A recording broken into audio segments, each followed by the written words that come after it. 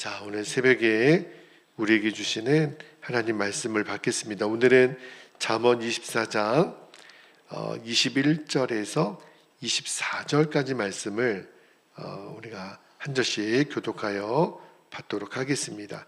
21절부터 24절까지입니다. 21절, 내 아들아 여호와와 왕을 경외하고 반역자와 더불어 사귀지 말라. 대저 그들의 재앙은 속히 임하리니 그 둘의 멸망을 누가 알랴. 이것도 지혜로운 자들의 말씀이라. 재판할 때에 낯을 보아주는 것이 옳지 못하니라. 악인에게 내가 옳다 하는 자는 백성에게 저주를 받을 것이요 국민에게 미움을 받으려니와. 아멘. 하나님 말씀입니다. 오늘은 여기 24절에 보면 악인에게 옳다 하는 자가 어떻게 될 거라는 말씀이 24절에 나오는데, 그래서 설교 제목을 악인에게 옳다 하는 자가 받는 벌이라는 제목의 말씀을 좀 나눌게요. 오늘도 두 가지 말씀의 진리를 우리에게 주시는데, 자, 어제 제가 악인에 대한 말씀을 나눴는데 오늘도 그 연장선상에 있습니다.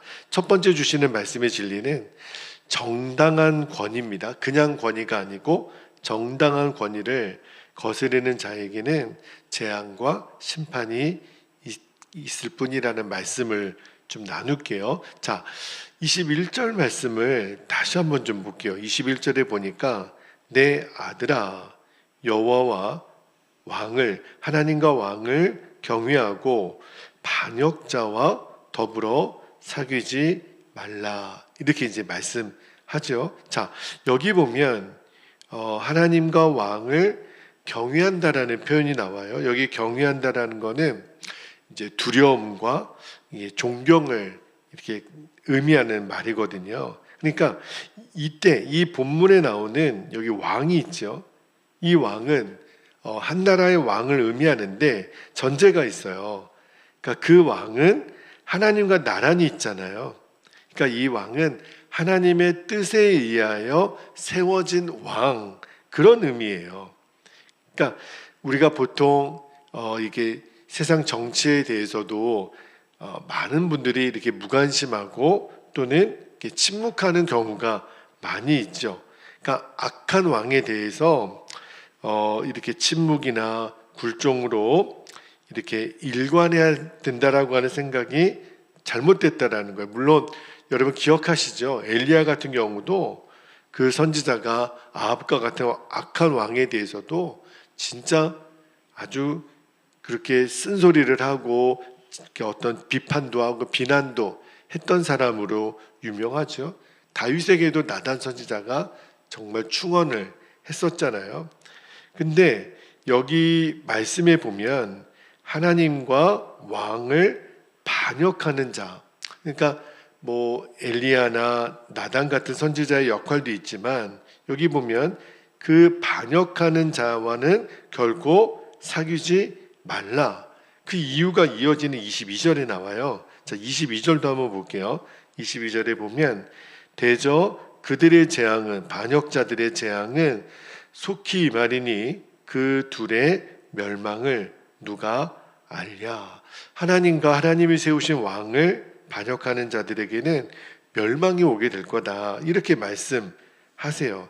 그 대표적인 예가 여러분 그 광야 시대 때 그 모세의 권위에 도전했던 그 고라 일당 이야기가 나오죠. 그리고 에스더 성경에도 보면 그 아하수에로 왕을 모살하려고 했던 그 내시들이 나중에 비참한 심판을 받게 되는 그 예가 그런 권위에 도전하고 또 저항했던 자들이 당했던 그 심판.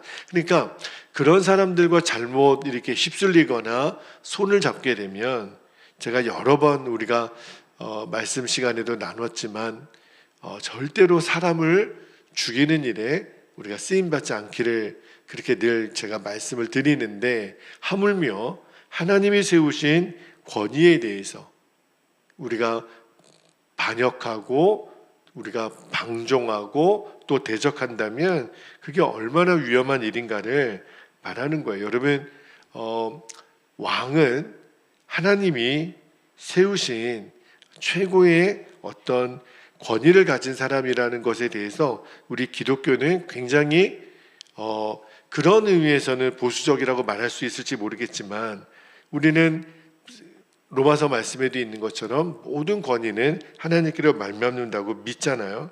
왜 그러냐면 그거는 곧 하나님에 대한 믿음이기도 해요.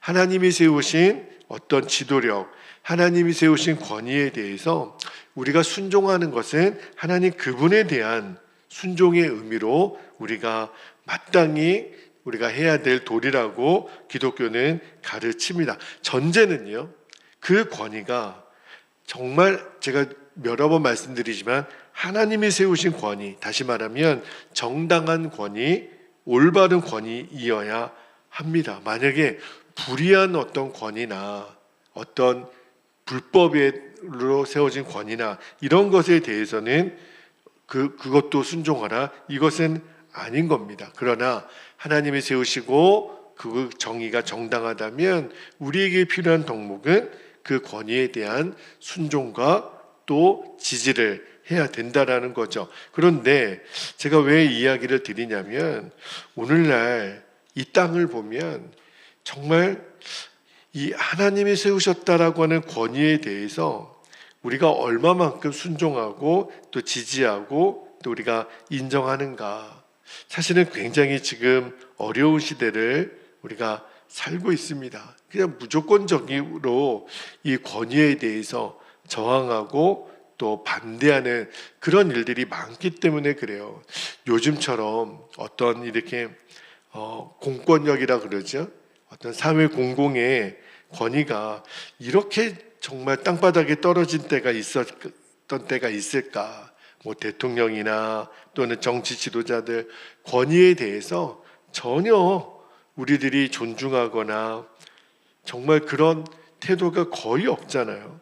너무너무 심각해요. 뿐만 아니라 가정에서도 그렇죠. 우리가 어떤 왕도 그렇지만 가정에서 부모의 권위도 성경에 보면 부모의 권위와 하나님의 권위를 거의 같은 맥락에서 보는데 요즘 가정에서 부모들이 권위가 없어요. 학교에서 교사들이 권위가 없고 부부간의 신뢰가 없고 심지어는요 교회 안에서도 목회자들 교인들의 관계에 있어서도 목회자들이 권위가 없어요. 그러니까 뭐 총체적으로 정말 영적인 권위가 상실된 시대를 우리가 살고 있잖아요. 그러나 분명한 것은 그 권위에 대한 어떤 존경함과 지지와 또는 순종이 무너지면 결국은요 가정도 학교도 교회도 사회 질서가요 완전히 무너집니다. 나라도 무너질 위협을 금방 받게 돼요. 그러니까 말씀을 준비하면서 주셨던 마음이 뭐냐면 정당한 권위에 대해서는 우리가 마땅히 순종하고 또 지지하고 따라야 한다는 겁니다. 하나님이 세우신 권위에 대해서 우리가 반역하고 거역한다라고 하는 것은 굉장히 위험천만한 일이라는 거예요. 물론 부당한 어떤 권위에 대해서는 내가 말할 수 있어야죠. 그것이 왕이나 부모나 스승이라 할지라도 잘못된 것은 잘못됐다고 말할 수 있는 용기도 있어야 되지만 이것이 정말 하나님이 세우신 권위라고 내가 인정하고 또 믿고 또 그것이 모든 이들에게 어떤 공증이 되었다면 우리에게 있어서는 그 권위에 대해서 진심으로 순종하는 것이 하나님에 대한 순종으로 말씀을 오늘 우리에게 전하고 있는 거예요. 사실은 굉장히 중요하고 또 이 부분에 대해서는 우리가 공부도 많이 하고 논의도 많이 해야 되는 영역이기는 합니다. 그리고 굉장히 어떤 입장의 차이도 있을 수 있는 거지만 성경이 말씀하는 기본적인 대전제는 우리들이 꼭 잊지 않기를 오늘 분명히 말씀하죠. 여호와와 왕을, 이게 나란히 쓰였다라고 하는 것은 굉장히 하나님의 뜻에 합한 어떤 지도력을 말이에요. 지도자 스스로도 그렇게 자기의 역할을 잘 감당해야 되는 전제를 말씀을 두는 거예요. 그렇다면 우리에게 순종과 권위에 대한 복종의 태도가 참 중요하다는 말씀을 먼저 드립니다. 자, 두 번째 주시는 말씀의 진리도 이 악인에 대한 우리의 어떤 입장 정리를 좀 한 번 더 할게요. 사익을 위해서 공의를 왜곡하는 자에게 향한 하나님의 진노가 있다는 것을 좀 말씀을 드릴게요. 자, 23절 말씀을 또 한번 볼게요. 23절에 보면 이렇게 말씀합니다. 이것도 지혜로운 자들의 말씀이라. 여기 보니까 재판할 때에 낯을 보아주는 것이 옳지 못하니라.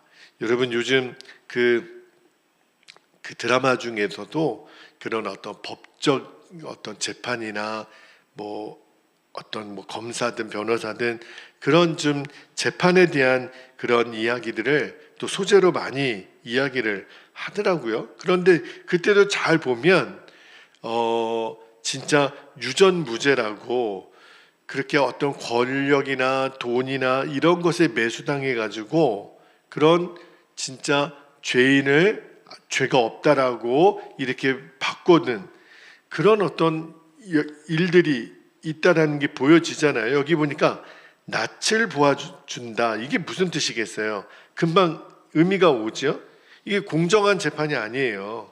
어떤 상대방의 친분이나 금품을 받거나 어떤 이해관계에 따라서 편파적이고 부당하게 판결하는 것, 이거는 있을 수가 없는 거죠. 정말 완전히 그 법을 농락하는 그런 행동이라는 거예요. 여러분 그 어느 나라에든 그 법원 앞에 이렇게 동상이 하나 서 있다 그래요. 그게 어떤 동상이냐면 두 눈은 가려져 있고요.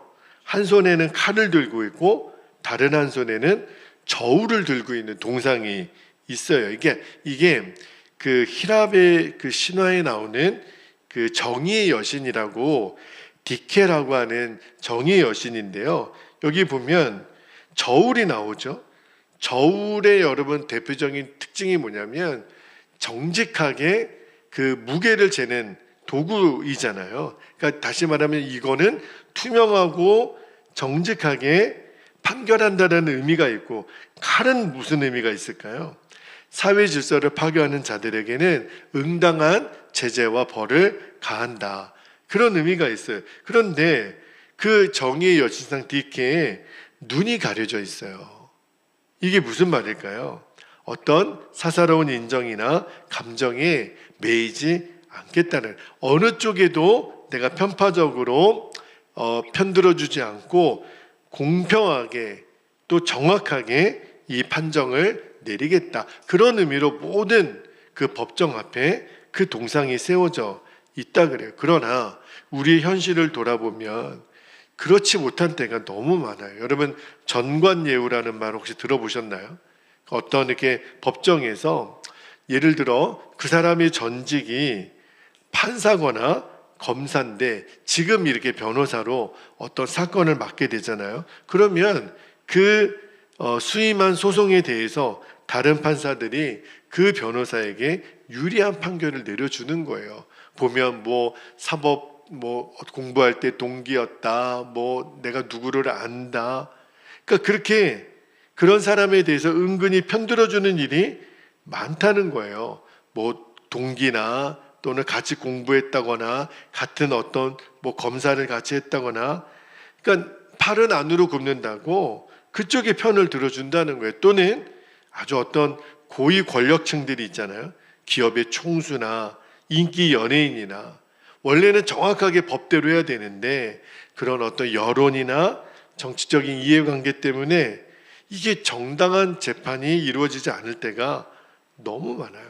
그러면서 한다는 얘기는 정확하게 이게 조사를 해서 정당한 판결을 내리겠다. 말은 그렇게 하지만 결국은 나중에 보면 그냥 솜방망이 처벌로 끝나고 아주 물타기에서 아주 그냥 유야무야로 넘어갈 때가 얼마나 많은지, 하나님의 정의가 또 사회의 그 어떤 법이 가지고 있는 그 정당성이 완전히 무너지는 일이 너무 많아요. 그런데 오늘 24절에 보면 이렇게 되면 그 공동체가 어떻게 될 거라고 하나님 말씀하시냐면, 자, 24절 말씀을 볼게요. 24절에 보니까 악인에게 내가 옳다 하는 자는, 이게 잘못됐다라는 거예요. 이런 사람은, 제가 오늘 설교 제목을 악인에게 옳다 하는 자가 받는 벌 그랬는데 어떻게 되냐면 백성에게 저주를 받을 것이요 국민에게 미움을 받으려니와, 그렇게 돼 있어요. 사람들이 바보가 아니라는 거예요. 지금 시대가, 요즘 여러분 얼마나 과학이 발달하고 또 이 어떤 백성들, 국민들의 마음이 얼마나 정확하게 판단할 수 있는 근거가 제시되는지 이제는 눈 가리고 아웅할 수가 없어요. 그러니까 나 자신의 이익을 위해서 이 공의를 짓밟는 자에게 오늘 말씀하기를 저주를 받을 것이고 국민에게 미움을 받으려니와, 백성들이 바보가 아니라는 거예요. 다 알고 가만히 있지 않겠다는 거예요. 그래서 오늘 요즘에 어떤 그 불의한 정치인들, 또 그렇게 정치하는 것들에 대해서 그렇게 우리가 불신받고 야유받는 이유가 바로 이 대목에 있는 거예요. 그래서 기도하기를 원하는 것은, 저는 어떤 정치적인 입장에 대해서는 일체 저는 이야기를 하지 않지만, 그러나 이런 마음을 주세요. 예수 믿는 나 자신부터 어떤 그 문제에 있어서 내 개인의 이익을 위해서 어떤 사회 공의, 그 공동체가 추구하는 것을 내가 왜곡하는 죄를 범하지 않는 겁니다. 꼭 나라와 민족같이 큰 어떤 공동체가 아니더라도 교회 안에서도, 심지어는요 가정 안에서도, 제가 아까 기케라고 하는 그 정의의 여신상에 대한 말씀을 드렸잖아요. 우리가 저울을 어떻게 속입니까? 그죠? 그러니까 늘 내 삶에 하나님 앞에 투명하고 정직하게 우리가 사는 것, 굉장히 중요한 태도예요. 만약에 저울을 속이는 거는 하나님 앞에 우리가 얼마나 큰 죄고, 여기 24절에 말씀했잖아요.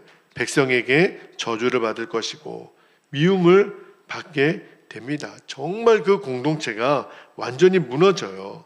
특히 어떤 책임을 져야 되는 어떤 그 중요한 자리에 있는 지도자일수록 더 그렇습니다.